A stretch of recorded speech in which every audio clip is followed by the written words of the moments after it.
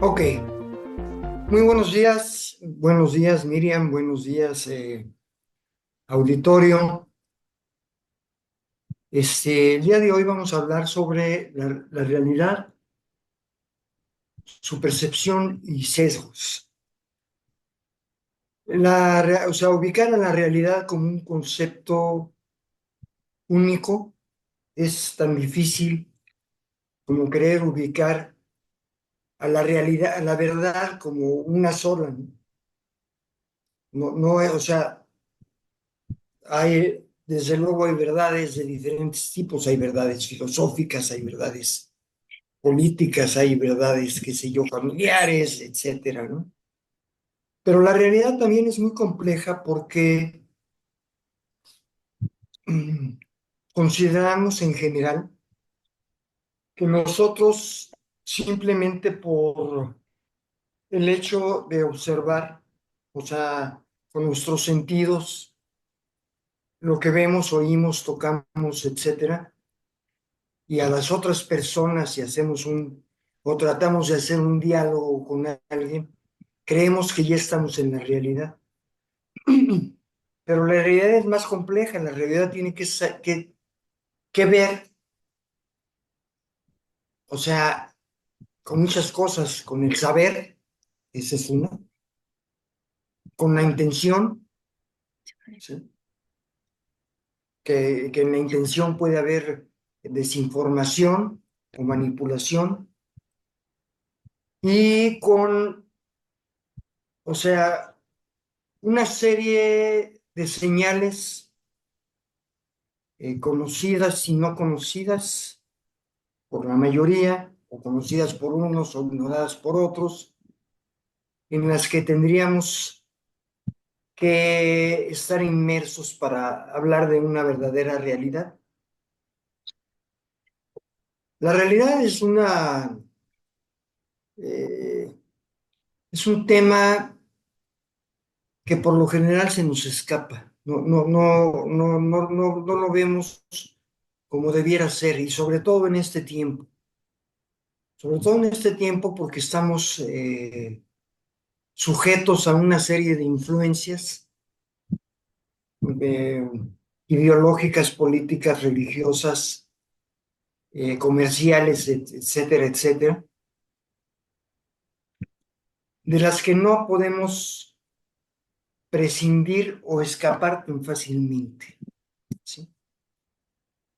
Esto es lo que hace difícil la percepción real de la realidad. Este, por favor. Wow, aquí, híjole, es que empezaste a decir cosas bien interesantes y yo trataría de ubicar que haces una relación entre la realidad y la verdad, ¿no? O sea, tiene que haber, por ejemplo, en términos filosóficos, la verdad es la correspondencia entre lo que el sujeto conoce sobre la realidad y lo que dice que es la realidad. Pero yo siempre lo he pensado que bueno, no sé si siempre, pero este concepto de orden filosófico, bueno, que hay diferentes formas de cómo se entiende la verdad, pero me voy a ubicar solamente en se suscribe dentro de un contexto. O sea, el contexto histórico, el contexto social, el contexto político es determinante para entender lo que entendemos por realidad. Entonces, por ejemplo, hay esta cuestión que pensamos, bueno, por ejemplo, en sociedades no tan cientificistas, se piensa que la realidad no solamente se remite a lo que uno huele, a lo que uno toca, a lo que uno ve. O sea, que el materialismo, que fue algo o que ha permeado gran parte de nuestra sociedad, del positivismo en términos de ciencia, el positivismo es solamente lo que se puede verificar, es lo único que se pueden generar proposiciones verdaderas. En términos, por ejemplo, económicos, la verdad reside en la materia, por eso el consumo funciona. Ajá, pero en sociedades donde no se reduce la realidad a lo tangible, que es un materialismo exacerbado, entonces la realidad transgrede lo que no es tangible y entramos en el terreno de lo intangible, en el terreno de lo cualitativo y, por ejemplo, en otros términos, en la cuestión hasta estos mundos espirituales que podemos entender que son otras formas de cómo se entiende la realidad. Entonces regreso al punto porque no me quiero perder. La realidad o tener preceptos de lo que entendemos por realidad se tiene que suscribir en el ámbito del contexto sociocultural y simbólico. Y yo, Miriam, diría espiritual hasta teológico. En esta sociedad que hemos anulado toda, que solamente lo que es real es lo que podemos percibir, bueno, conocer, reducimos la realidad en muchos niveles. Por ejemplo, yo un día leí hace mucho tiempo que no podemos ver, por ejemplo, a Napoleón, y eso no excluye que Napoleón no existe. No podemos ver lo que hay en el fondo del mar, y por eso no implica que el fondo del mar, los animales que existen en el fondo del mar no existen. En otros términos, ya en terrenos filosóficos sobre la realidad, no quiero meterme en tantas teorías filosóficas, pero, por ejemplo, donde se considera que la realidad transgrede este ámbito de lo matérico, entramos en el terreno de la divinidad, entramos en el terreno de lo no tangible, de la muerte también, que esto es fascinante para pensar la realidad, no la muerte fascinante, sino todo lo que implica más allá de lo que, después de lo que estamos o en este mundo, hay diferentes planos de realidad. Voy a tomar un autor que es un científico, ahí se me fue de Europa del Este, ahorita se me fue, que se llama Basaraf, y Basaraf va planteando que hay distintos niveles de realidad, rompiendo con esta idea que la realidad es lineal, que es solamente lo que vemos.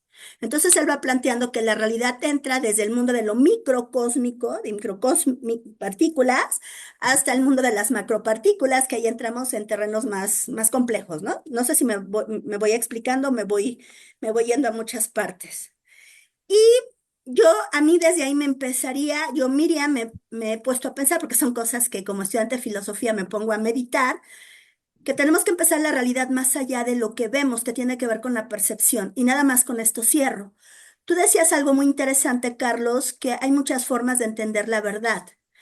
Y la verdad, o lo que entendemos, las proposiciones de verdad, se tienen que contextualizar, como ya lo mencioné, en un contexto sociohistórico cultural determinado. En este sentido, en un momento que estamos viviendo bajo una ideología, que yo lo tomaría bajo una ideología de un sistema capitalista de orden nihilista, que el nihilismo se suscribe en el ámbito de la posmodernidad.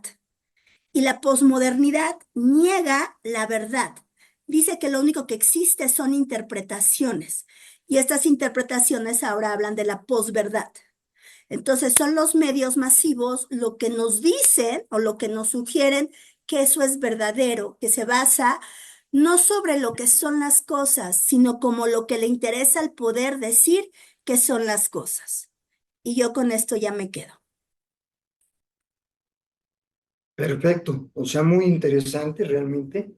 Y esto que acabas de decir ahorita es muy importante, porque en un momento dado la realidad tiene que ver con el poder.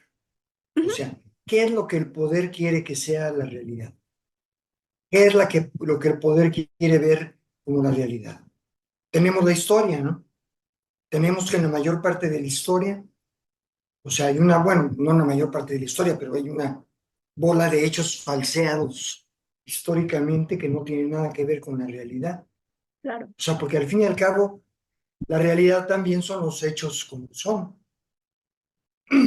Y en este caso yo acomodo los hechos como yo quiero para que la realidad se vea de una forma distinta. Quiero que me respeten, quiero que sepan Ujú, que yo soy el más poderoso, etcétera, ¿no? De alguna manera. Esto lo planteo en cierta forma en el libro que acabo de escribir. Digo, no lo digo directamente, pero eso tiene que ver con el poder. O sea, el poder nos está ocultando una serie de cosas de las que no quieren que nos enteremos, por una parte. Por otra parte, la cuestión de la espiritualidad es muy compleja también. O sea, yo estoy de acuerdo que hay un mundo material y hay un mundo no material.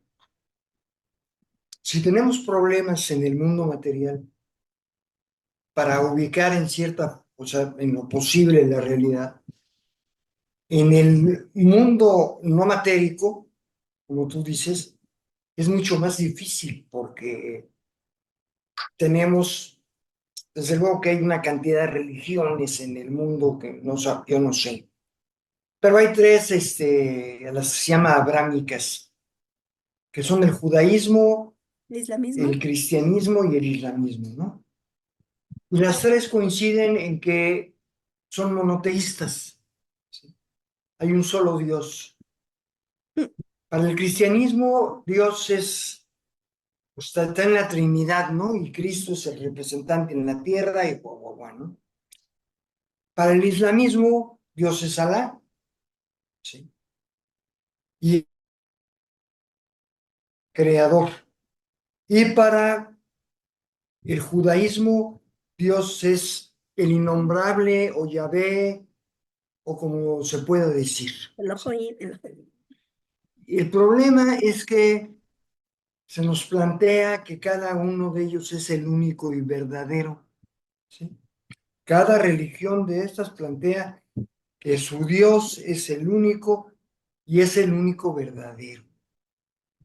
Entonces ahí tenemos un problema grave con la realidad, porque nos estamos enfrentando. Si yo digo esto en Arabia Saudita, pues me cuelgan o me queman, ¿no? Si yo llego aquí si un islamita llega aquí y se mete a una iglesia cristiana y dice que Alá es aquel, puta, pues la que se le arma, ¿no? Y también los judíos para no andar. Ese es un problema también de poder, que ahorita vamos al tema de los judíos. Para los judíos, el problema es que son el pueblo escogido de Dios, ¿sí? Y ya con eso dicen, hazte un lado que ahí te voy. Claro, Porque a nosotros nos escogió Dios, ustedes escogieron a su Dios, pero a nosotros nos escogió Dios. Y entonces están yendo a extremos tales como el genocidio, hacer guerras que no son guerras y una serie de cosas expansionistas, el sionismo. que además nadie de los poderosos quiere ver como tal, ¿no? Ni los Estados Unidos ni los europeos, o sea, no quieren ver la realidad, ¿sí? Entonces dicen que Israel está en una guerra contra un Estado que para empezar no es un Estado todavía, y las guerras, si tradicionalmente hablando, son de un ejército contra otro, o unos ejércitos contra otros de otro país. Y Palestina no tiene ejército, ¿no? Palestina lo que tiene son guerrillas, que les llaman terroristas porque así conviene. Entonces ahí nos estamos enfrentando a un problema de realidad completo, ¿no? ¿Quién tiene primero al Dios verdadero? Ninguno. Si yo vivo en México o en Madrid o no sé qué, pues yo voy a decir que es el cristiano.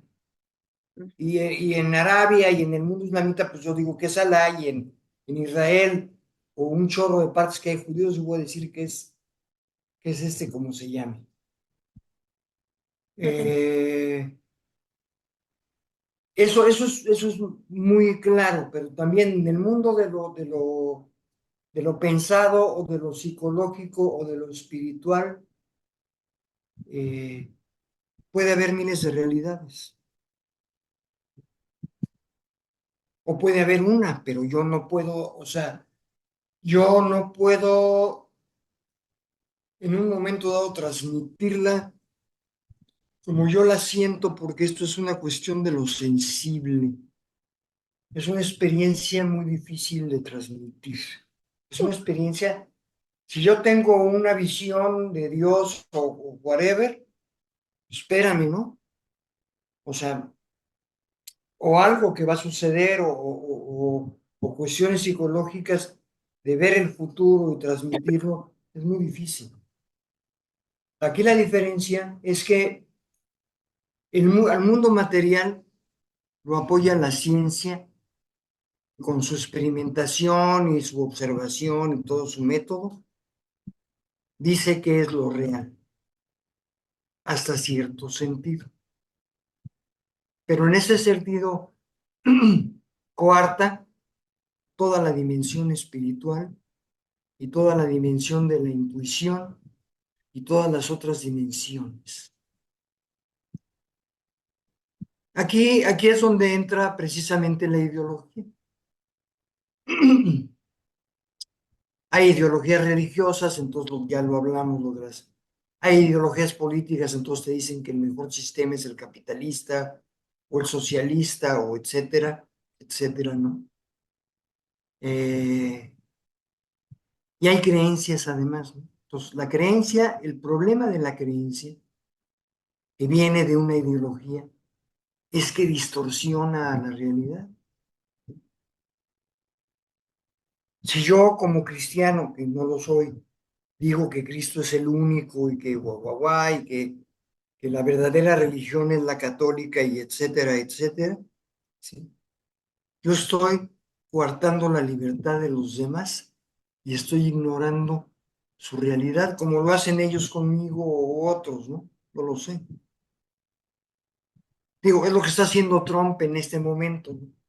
Ya está cantando desde hace meses que si él pierde va a ser fraude, ¿no? Entonces está acomodando la realidad a su contexto, ¿sí? Sea como sea, si gana, gana y si pierde, gana, ¿no? De todas maneras. Y es un problema de poder. La realidad, la realidad. El poder no nos da la oportunidad de percibir a la realidad tal como podríamos. Eso es lo que tengo que decir ahorita. Ok. Bueno, aquí tratando de retomar desde el inicio, estábamos con esta cuestión que vas planteando, estas religiones monoteístas, ¿no? Y que eso va Ujú, generando el monoteísmo y toda creencia o toda ideología tiende a edificar los dogmatismos. Y el dogmatismo ujú, genera un fanatismo. Y en el fanatismo no se puede encontrar la realidad, porque primero no creo que haya una verdad absoluta. Bueno, sí, para mí hay una verdad absoluta y ahorita voy para allá. Em, pero cuando alguien considera que tiene en el poder o en su poder, tiene la verdad de lo que es las cosas, porque así es, y no cuestiona, y no critica, y no reflexiona, y no pone entre paréntesis sus creencias, se cae en el dogmatismo o en el fanatismo, que es lo que genera algunas partes de las guerras, actualmente, entre comillas, que sí importa mucho esta cuestión, por ejemplo, lo que está pasando, ¿no? En Medio Oriente, con esta, hay un ingrediente religioso, luego toda la cuestión de Palestina, o sea, de Israel, el sionismo, etcétera. Pero atrás de ahí, creo que en nuestros días lo que ha posicionado como el discurso hegemónico es perdón, la economía. O sea, en la economía se encuentra, en el sistema capitalista es el que va deformando a los seres humanos en estos sesgos de realidad, ¿no? Creo que más que las religiones, sí creo que el sistema capitalista, o sea, porque yo me lo he puesto a pensar, o ujú. sea, lo que dices, coincido completamente. Sin embargo, si a mí me dijeran elegir, ¿en qué fanático te quieres convertir? ¿En un fanático religioso o en un fanático capitalista? Yo preferiría ser una fanática religiosa, menos, no capitalista. No sé si me explico. Porque el capitalismo te dice cuál es tu sentido de vida y genera el sistema capitalista es un sistema necroeconómico, tan simple como eso. Y todavía la religión piensa en algo, hay todavía un ingrediente, no me gusta ingrediente, hay todavía una valorización ética. Y creo que eso cambia radicalmente. No sé si voy Sí, siguiendo. sí, sí.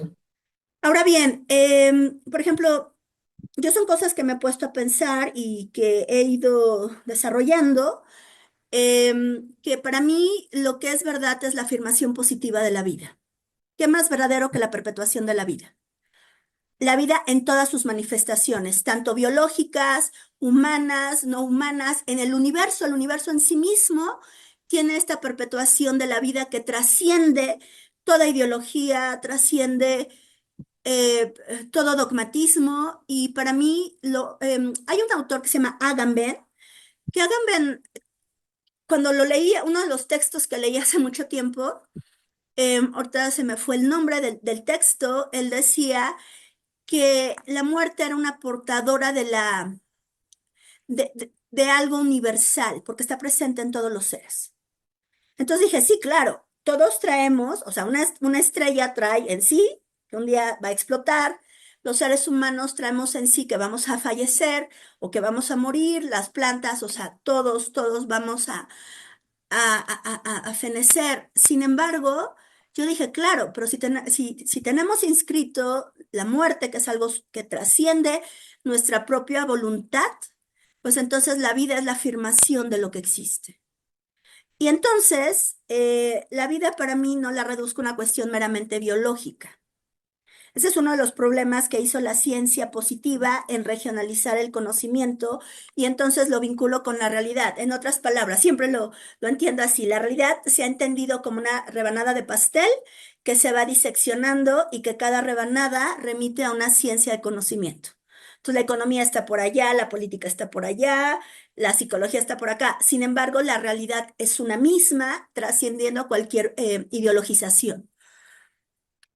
Lo voy a explicar en otros términos. En este momento que estoy tomando café y otras cositas, mi intestino está haciendo sus funciones, ¿no? De digestión, pero eso no excluye que mi parte biológica esté separada de, en este momento que estoy concentrada escuchándote a ti, y que entonces mis neuronas están haciendo reacciones bioquímicas y que entonces hay un lenguaje y que entonces hay una mente y hay una conciencia que está tratando de ejercitarse, donde no hay separación entre lo biológico y lo no biológico, entre lo tangible y no lo intangible, que entonces regreso y regreso al planteamiento. Para mí la vida es compleja, no es lineal, no está diseccionada y que la vida está presente porque siempre lo digo y te lo decía hace 15 días, que hasta, por ejemplo, la vida siempre busca perpetuarse. Entonces te ponía el ejemplo de estas plantas que salen en el cemento, ¿no? Si vas a matar a una cucaracha, la cucaracha roba, perdón, roba, corre, no sé si me explico, ¿no? Y, y todo ser vivo busca autoperpetuarse. Y entonces podemos entender que cuando el ser humano, que es el único que yo no entiendo, que busca autoperpetuarse a veces, porque estamos ahorita en este concepto de poder, que ahora lo que detenta el poder de los países es el número de armas de destrucción masiva que tiene, es porque ha perdido un sentido de vida y porque ha perdido la verdad, más allá de cualquier religión. Es algo que trasciende todo sentido. Y entonces, cuando tú hablabas, y voy a entrar a los sesgos cognitivos, o tú pusiste sesgos perceptuales, ¿no? Yo lo pondría también como sesgos cognitivos. Es que al inicio, en tu primera intervención, me encantó, hablaste sobre intencionalidad, educación, y creo, hablando de las creencias, creo que para tener un nivel de acceso más profundo sobre la realidad, tenemos que educarnos. No hay posibilidad de interiorizar, de profundizar si no hay educación y si no hay conocimiento, si no hay desarrollo del conocimiento.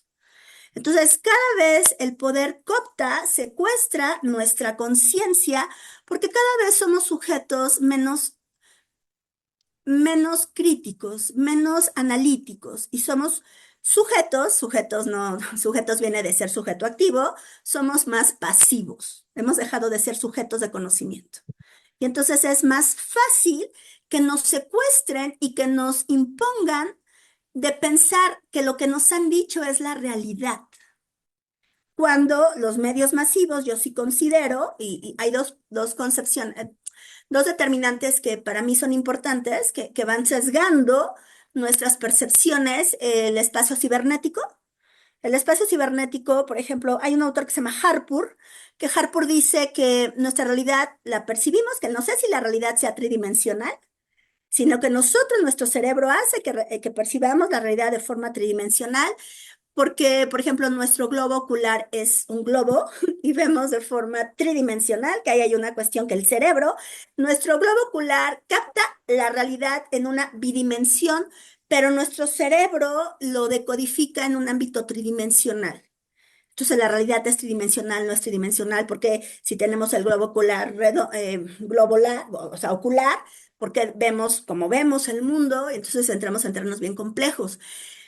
Pero regreso al punto, creo que hay una correlación entre cómo nos han educado y los medios masivos, y regreso a Harpur, que Harpur dice que el espacio cibernético reduce la tridimensión a una pantalla plana. Bueno, ahorita ya están las inteligencias artificiales generativas, que ya te puedes poner un chaleco, te puedes poner acá y ya ves la realidad, pero eso no es real, eso es virtual.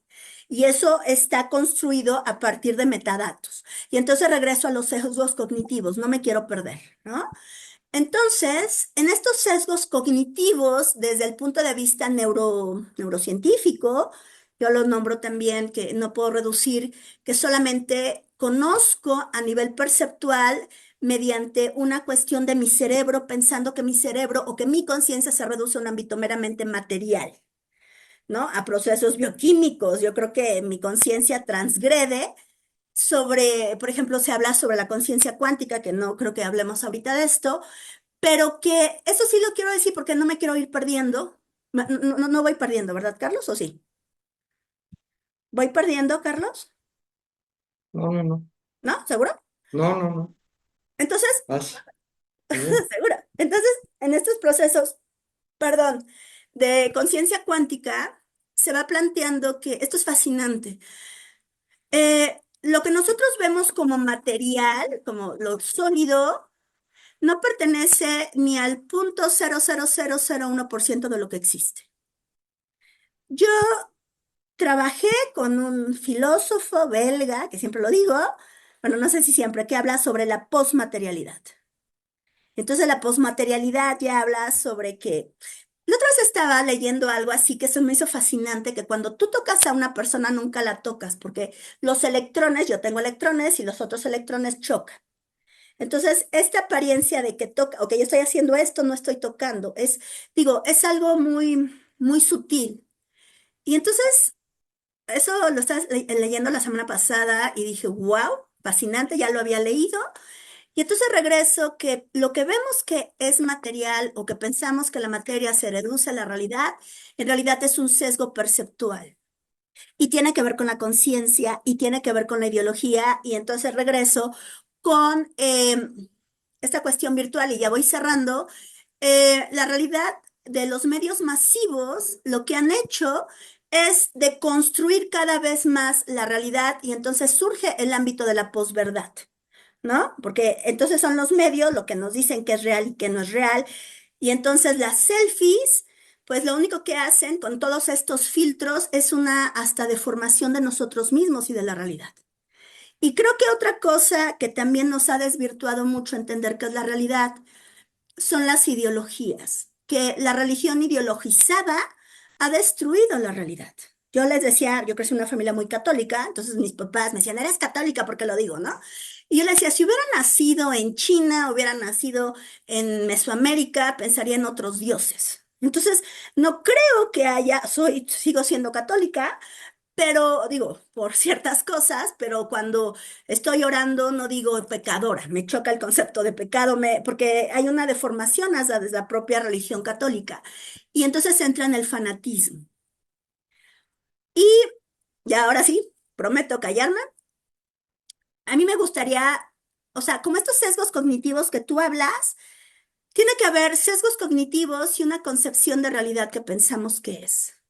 Pensar que la realidad es solamente lo que veo, solamente lo que toco, es anular toda una conciencia histórica, porque nunca toqué a un dinosaurio, porque nunca he tocado una estrella, porque nunca he tocado a Plutón, porque nunca he tocado todo lo que existe, pero sí puedo interiorizar porque lo que tú decías de otra forma, hay estas cuestiones panteístas que rompen con estas religiones monoteístas, ¿no? Que solamente es un Dios, que aparte Dios está fuera del mundo, y hay estas concepciones que todos estamos vinculados a algo divino. Y desde ahí, a mí en lo particular, me gusta pensar mucho que soy parte de algo superior y que este algo superior siempre busca autoperpetuarse. Cuando se rompe con esta concepción de autoperpetuación es cuando viene la violencia y que entonces la guerra, la violencia, la muerte violentada es lo que entonces impera en nuestras ideologías. Y ya. y ya. Es bueno. Este, hay una cosa muy interesante que dijiste hace ratito, y ya se me fue otra que también iba a hablar, pero bueno, voy con esta. O sea, nuestro globo ocular mira de tal manera que nuestro cerebro ve un mundo tridimensional. Mm, ¿Sí? Vemos un mundo tridimensional como no lo ven los perros, ni los gatos, ni otros animales. Lo vemos de manera, incluso los colores. Pero las pantallas nos han reducido de tal forma que vemos un mundo unidimensional o ujú, bidimensional cuando mucho, ujú. ¿sí? Nos han reducido a eso, o sea, nosotros ya no.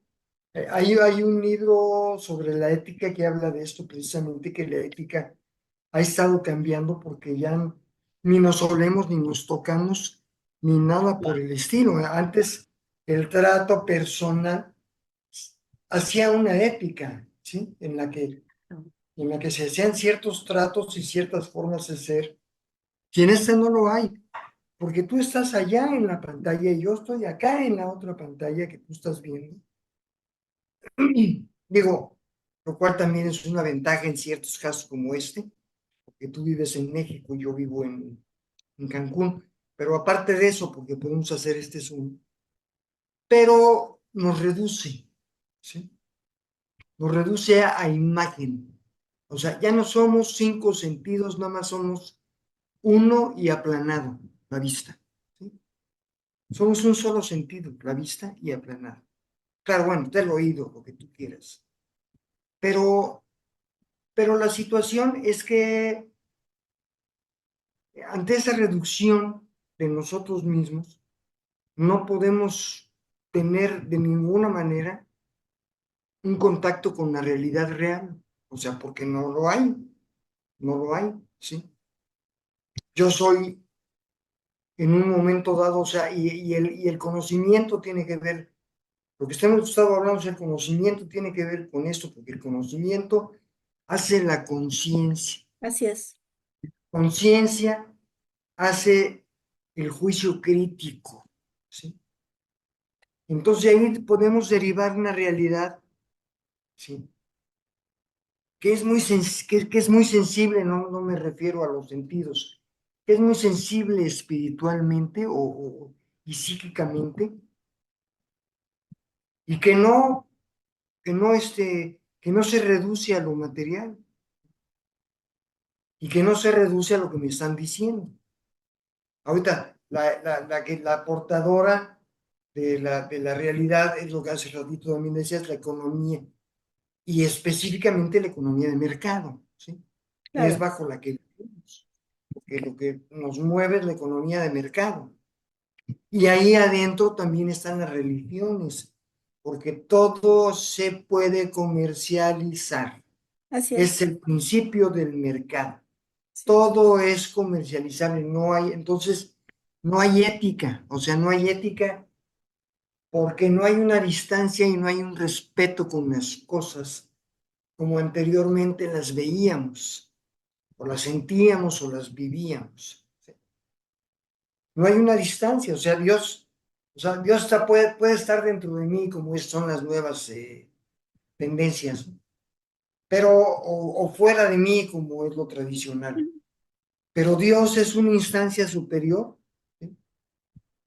A la que yo éticamente le debo un respeto, siendo creyente, pues, ¿no?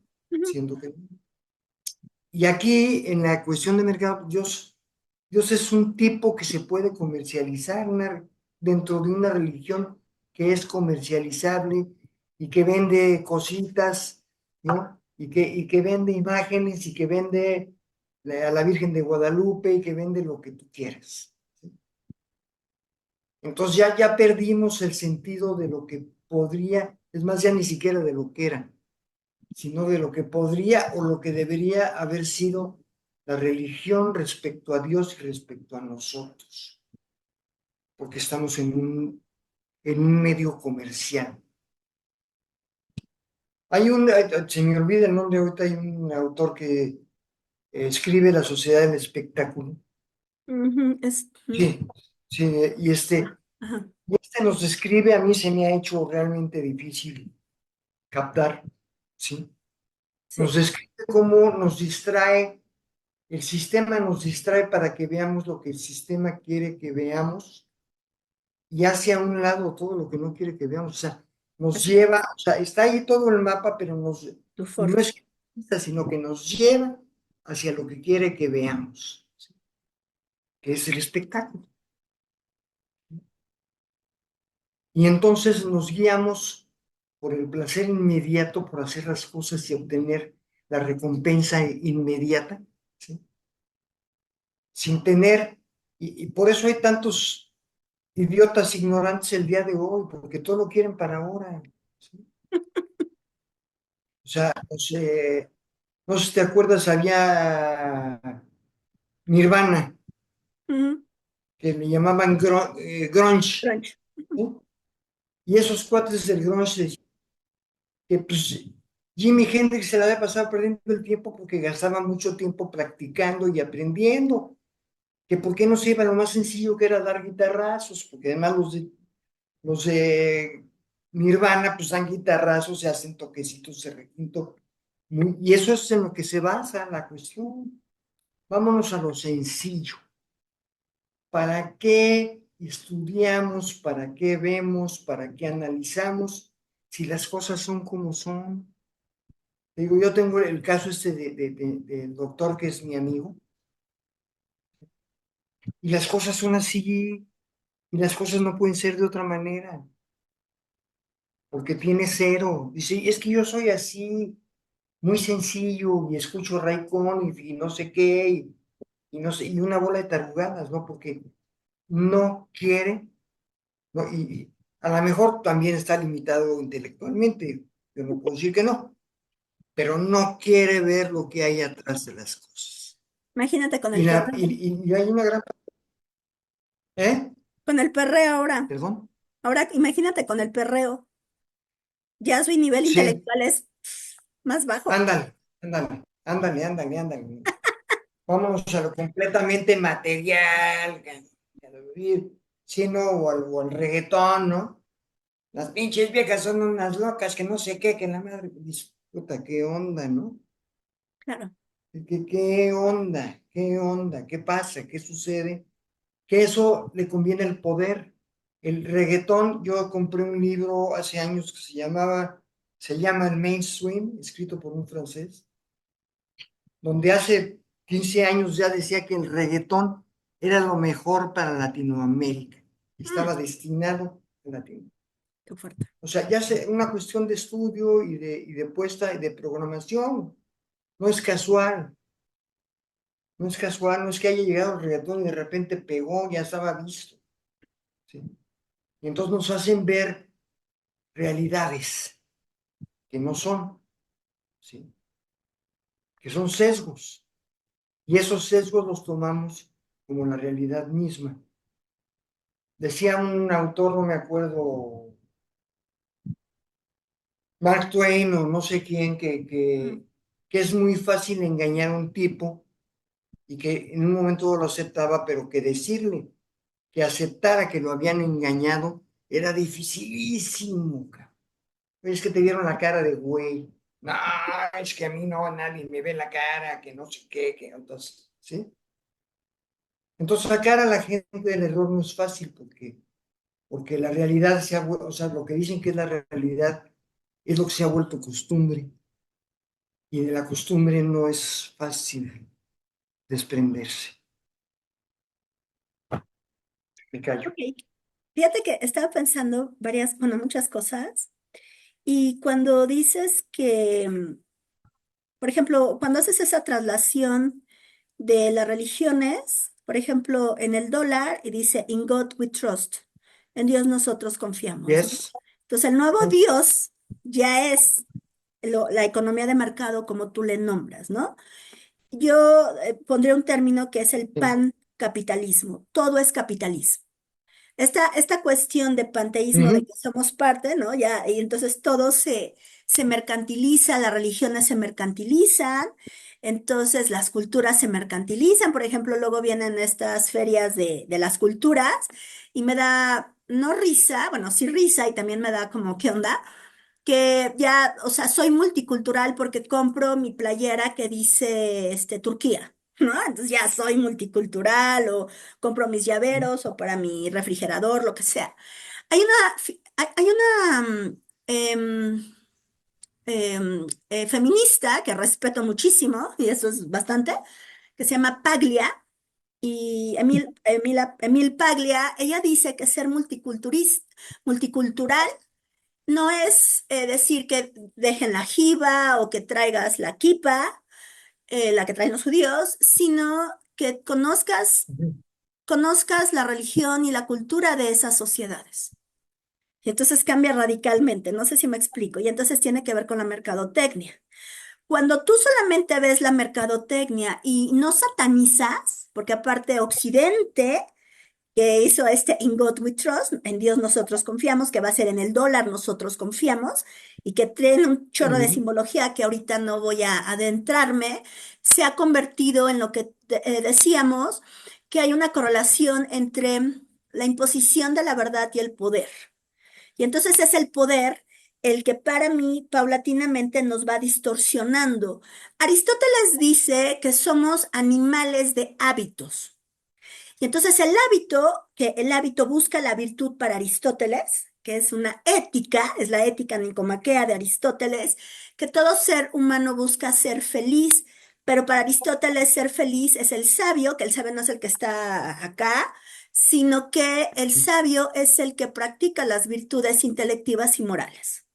Y entonces practicas el bien, practicas la justicia, ¿no? Y a mí eso se me hace como formas de la verdad como manifestación de la vida. Si hay justicia, puede haber una vida económica estable. Si se practica la paz, estamos en la perpetuación de nuestra especie. O sea, para mí la afirmación de la vida en términos simbólicos es lo que me permite encontrar mínimos necesarios de que lo que es la verdad y no, que no es un mínimo necesario, la perpetuación de la vida como equidad social, como justicia, como solidaridad, son formas de manifestar la vida y son formas de ser verdaderos y auténticos como personas. Y eso mantiene un equilibrio entre todos los ámbitos de nuestra especie en el planeta. Y sin embargo, cuando entramos en una deformación que hablabas también de los medios masivos y de la mercadotecnia y estos sesgos, donde planteas que es Dobor, que lo busqué, lo busqué, aclaro, el que habla sobre las sociedades del espectáculo, ¿no? Este texto, eh, esta cuestión de que el espectáculo, y esto ahorita recordando, Nietzsche estaba muy en contra hacía una crítica a la comedia y que Estados Unidos con esta cuestión de Broadway, ¿no? Que era comedia, decía que se ha acabado la tragedia, que la tragedia te lleva a tocar tu tus profundidades más complejas de tu vida y de tu existencia. Entonces, cuando la sociedad se vuelca a que todo tiene que ser, o sea, cantar, bailar y que el placer, bla, bla, bla, va anulando esta forma de encontrar una autenticidad y una verdad en tu vida. ¿Para qué estamos, qué queremos, qué estamos generando, ¿no? Entonces, por eso estamos en sociedades cada vez más deprimidas y depresivas porque cada vez se van alejando de sí mismos, que también creo que la autenticidad es una de las formas de cómo podemos meditar sobre nuestra verdad, ¿no? Pero ahorita no me voy a detener en eso, pero lo voy planteando. Y estaba pensando cuando tú hablas este personaje que el perreo, ¿no? O que no dijiste el perreo, dijiste ¿cómo se llama? El baile este. Em, El reggaetón. el reggaetón, Ok. ¿no? Era una condicionante para dominar a Latinoamérica, que es como lo entiendo. Yo me pongo a Sí. pensar y digo, es que en el perro le puedes bajar, voy a gatear, voy a maullar, voy a cocodrilear, o sea, ya hay una anulación de nuestra humanidad para bajarnos algo bastante básico y que va generando toda una forma de que somos tan bueno, yo no bailo esas cosas, son tan inauténticos que mi forma de acceder al otro es mediante la degradación humana. Y entonces entramos en el terreno de la posverdad, ¿no? O sea, Sí. pero como nos han dicho, o sea, no pasa absolutamente nada porque lo que importa es el espectáculo. Si la gente se viera desde la conciencia, o sea, desde afuera, viendo qué es eso, pues ya estamos en el terreno de una degradación humana impresionante. Y entonces entró al vicio. Aristóteles dice que del hábito, de hora del péndulo, del otro lado es el vicio. Y entonces el vicio es la negación de la virtud. Entonces el vicio viene a la corrupción. Y entonces hay una idea de que típica frase, todo el mundo tiene su verdad, pero esa verdad que te han dicho que todo el mundo tiene su verdad es una verdad impuesta, que te han dicho que todo el mundo tiene su verdad y entonces, si cada quien tiene su verdad, es imposible vivir en sociedad. Por eso tengo que acercarme al otro desde la violencia, desde meterme algo, porque no puedo encontrar lo que tú decías, que me encantó, cuando tú estás con alguien físicamente, ves sus miradas, ves sus gestos, o sea, lo sientes y a partir de la pantalla hay una anulación de la proximidad humana, que es lo que nos hace generar una conciencia muchísimo más amplia sobre nosotros y sobre el otro. Y estaba pensando que, ya para ir cerrando, que el arte contemporáneo es una de las formas que muestran, para mí el arte es un indicador de cómo estamos en la sociedad. Entonces, este arte contemporáneo, ¿no? De que, no sé, ponen, o sea, gente desangrándose o cosas, papeles o, no sé, lo que, sus performances, es que cada vez nos vamos alejando de la vida y cada vez nos acercamos al espectáculo que es irreal, que no nos está diciendo qué estamos haciendo en este mundo como humanos. Y entonces voy regresando para ir cerrando, porque yo creo que tú ya cierras ahorita, supongo, si quieres. Cuando hablaba, no sé, en el bloque anterior sobre Agamben, que Agamben dice que todos compartimos de la muerte universal.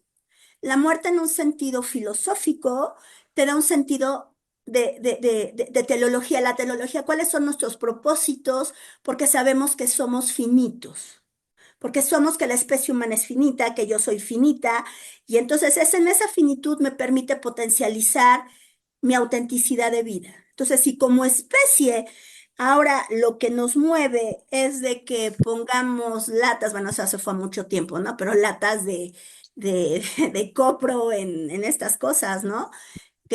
Una de arte contemporáneo, que bueno, eso fue el siglo pasado, pero que en nuestros días ya no hay, y con esto voy cerrando, ya no hay esta conciencia de captar y de profundizar sobre la afirmación de la vida, que para mí sería la verdad, ¿no?